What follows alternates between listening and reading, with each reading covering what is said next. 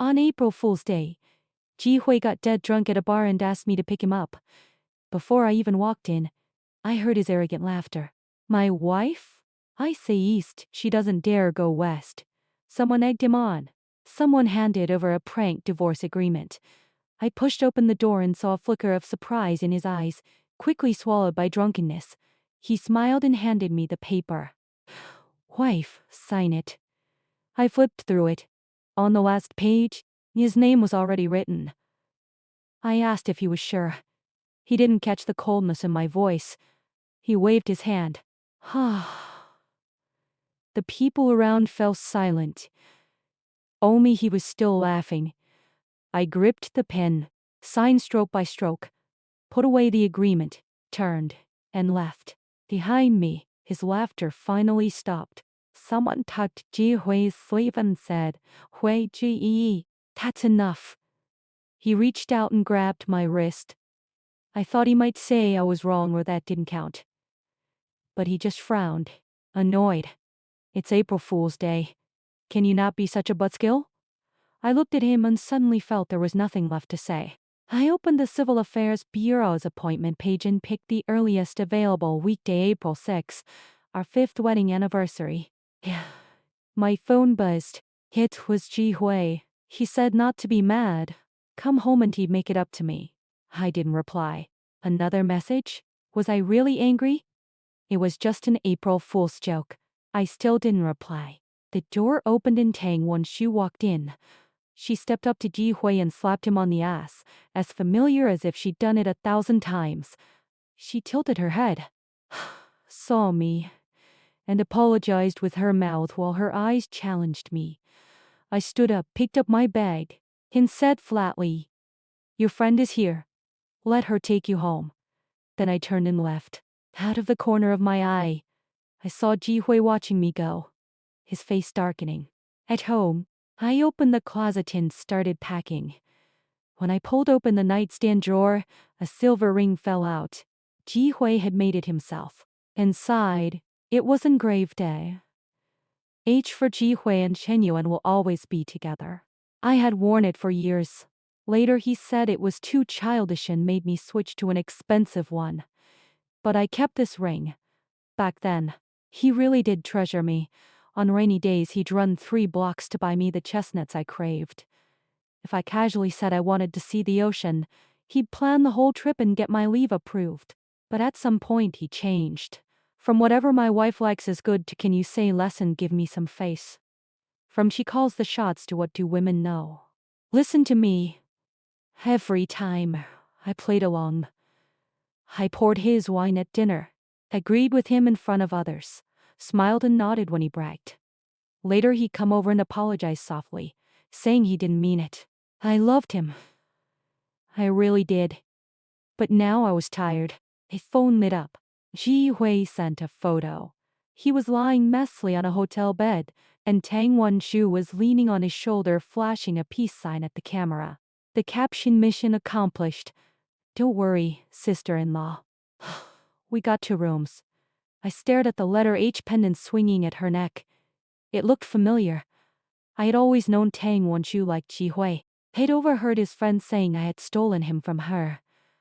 When I confronted him, he pulled me into his arms and said if they were going to be together, they would have been already. I believed him. Now I realized I'd been a fool. By morning, I had almost everything packed. I dragged my suitcases to the door, took one last look at the home where I'd lived for 5 years, then opened the door and walked out. Ji Hui called. I declined. Then I blocked his number and booked a ticket to my hometown. At my best friend Zhang Mion's place, we drank whiskey and talked through the 5-year marriage from beginning to end. She said, I never knew he was like this. When you got married, everyone was so jealous. And now, just a few years later, she couldn't finish. Yeah, just a few years. What doesn't change? I don't know. At home, there was a table full of hot food. I sat down, picked up my chopsticks and put them down. Mom, I'm getting divorced. Her hand paused mid-reach, the chopsticks hanging in the air for 2 seconds. Then she put the food in my bowl and said one word, okay. No questions asked. On the night of April 5th, I went back to that city and texted Ji Hui to take a leave the next morning. He replied instantly, already done. And then our anniversary. I didn't forget, as if nothing had happened. I didn't reply. The next morning, I put on a full face of makeup for the first time in a long time. I found that dusty lipstick, twisted it open, and traced my lips slowly in the mirror. I wasn't dressing up for him. I was doing it for myself. At 9 in the morning, I stood outside the apartment. He opened the door. He had clearly dressed up. His eyes lit up when he saw me. The car stopped at the Civil Affairs Bureau. He froze, then said, April Fool's is over. What kind of joke is this? I said I wasn't joking. He stared at me, his face darkening, and asked if I was really doing this over an April Fool's joke. 20 minutes later, we walked out with our divorce application receipts. 30-day cooling off period. 10 days from now. Don't be late. Then I turned and walked away. That night, I saw Ang Wonju's post on social media. A photo of a group at the bar, her leaning against Ji Hui laughing. I tapped on her avatar and deleted the contact. None of my business anymore. He didn't bother me for those 30 days. I found a new apartment. My boss gave me a major project. I worked my tail off, but every night, when I got home and collapsed on the sofa, I felt a lightness I had never known. On the day we finalized the divorce, the weather was beautiful. As we walked out of the Civil Affairs Bureau, he called my name from behind and said he was going to pursue me all over again. He pulled out a bouquet of flowers and asked if I would let him. I found it absurd. I said no. I said I wanted to be completely and utterly done with him. He asked if there was another man. I pulled my arm free and asked if he had given Ang Wonju that H pendant. He said he had never given her anything. I asked about the hotel photo, him lying in bed, her leaning on his shoulder, and he expected me to believe nothing happened. He said he was drunk. I said he was always drunk. I asked if he truly didn't know she liked him or if he was just pretending. He said it didn't matter, he loved me. I laughed, following her advice to divorce me, just so you could win me back. That was her idea, wasn't it? His pupils contracted sharply. I said our divorce wasn't because of her.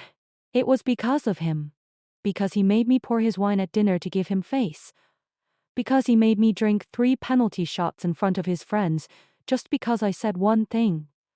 Because when I worked late, he was on the phone with his friends complaining that I didn't take care of home. Too many times. He was the one who pushed me away. He blurted out, "You changed first. After we got married, you got so assertive." They all said I was whipped, that I had no say at home. The more I heard it, the worse I felt. I looked at him like a stranger. Because of a few comments from his friends, he turned from someone who respected and cherished me into someone who expected me to lower myself in public. This was the man I had loved. How ironic. He seemed to realize he'd said something wrong. His lips parted. I said, "Get lost." Then I turned and left. This time he didn't follow. A month later, I took my bonus, bought a plane ticket, and spent a few days alone by the sea. The day I flew back, my mother's messages flooded in. Ji Hui had come to the house. My father couldn't take it and beat him up. By the time I got there, it was almost dark. In the distance, I saw a figure kneeling in front of my house. He had lost weight. His chin was covered in stubble, his shirt wrinkled like old newspaper. When he saw me, his dull eyes lit up. My father sat in the living room, his hands still trembling. He said he'd tried to send him away many times. I sighed, turned to Ji Hui, and said if he wanted compensation, I would pay it. My father was too old to deal with this, he said, and on. I can't believe you think of me that way. He pulled out his phone, showing me that he had blocked Tang Wonju and cut off all those friends. His voice cracked as he said he couldn't live without me and he knew he was wrong. I closed my eyes. Something in my chest ached, but just for a second. Then I opened them and looked at this man I had once loved so much. "It's too late, Ji Hui," I said, kneeling here, cutting off those people. making himself look pathetic. What then? Did he think I would soften and take him back? If he had really changed, he wouldn't be kneeling here trying to pressure me. Just because he was miserable and groveling didn't mean I owed him forgiveness. From start to finish, he had only thought about himself. I begged him to let me go. He lowered his head and stopped looking at me. The sky opened up. He said okay and walked into the rain. 3 years later, in the dressing room mirror, I was wearing a white wedding dress. Jung Nyan stood behind me and asked if I was nervous. Not at all, I said. My mind drifted back to years. I was on a business trip, walking alone down a street in an unfamiliar city when a man stopped me. He had lost his wallet. Clean shirt, sleeves rolled to his forearms, soft-spoken. I lent him my phone to call the police. He insisted on buying me a meal to thank me. We talked for 2 hours: work, life, dreams. When the bill came, he remembered his wallet was gone. I paid, smiling. The next morning, he showed up at my hotel with breakfast. The day after, he did it again. Later, we both got busy, but he started sending me snippets of his life. Sunrises, coffee stains on his shirt. I responded, then started sharing my own. One time, we happened to be in the same city for work. He walked me to airport security and stood there, not leaving. He said my name, his voice tight. Can I come find you? I asked about his job. I can quit, he said. I thought he was joking. 3 months later, he did quit. He showed up at my office building with 2 suitcases, standing in the sun with a goofy smile. He said an architecture firm in my city was hiring and he'd gotten an offer. I asked if he was crazy. Maybe, he said. But I didn't want to miss you. What followed was natural. He put down roots in my city. We dated, moved in together, met each other's families.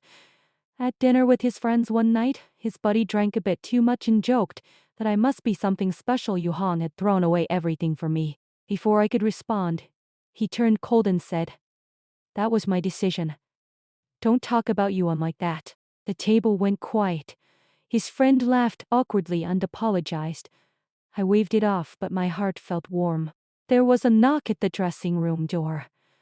A package with no return address. Zhang Nyan opened it.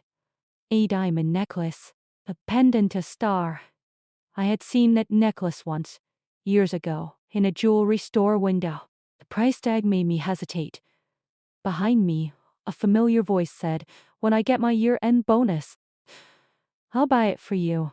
It would look so beautiful on you, wife." That was Ji Hui, a very, very long time ago. I stared at the necklace for a few seconds.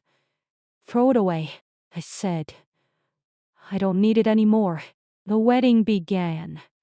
The priest's voice echoed through the hall. "Sheng Yuan, do you take this man to be your husband, to love and support him for all the days of your life?" The spotlight was on me. Out of the corner of my eye, I saw Zhang Nyan crying and my parents beaming.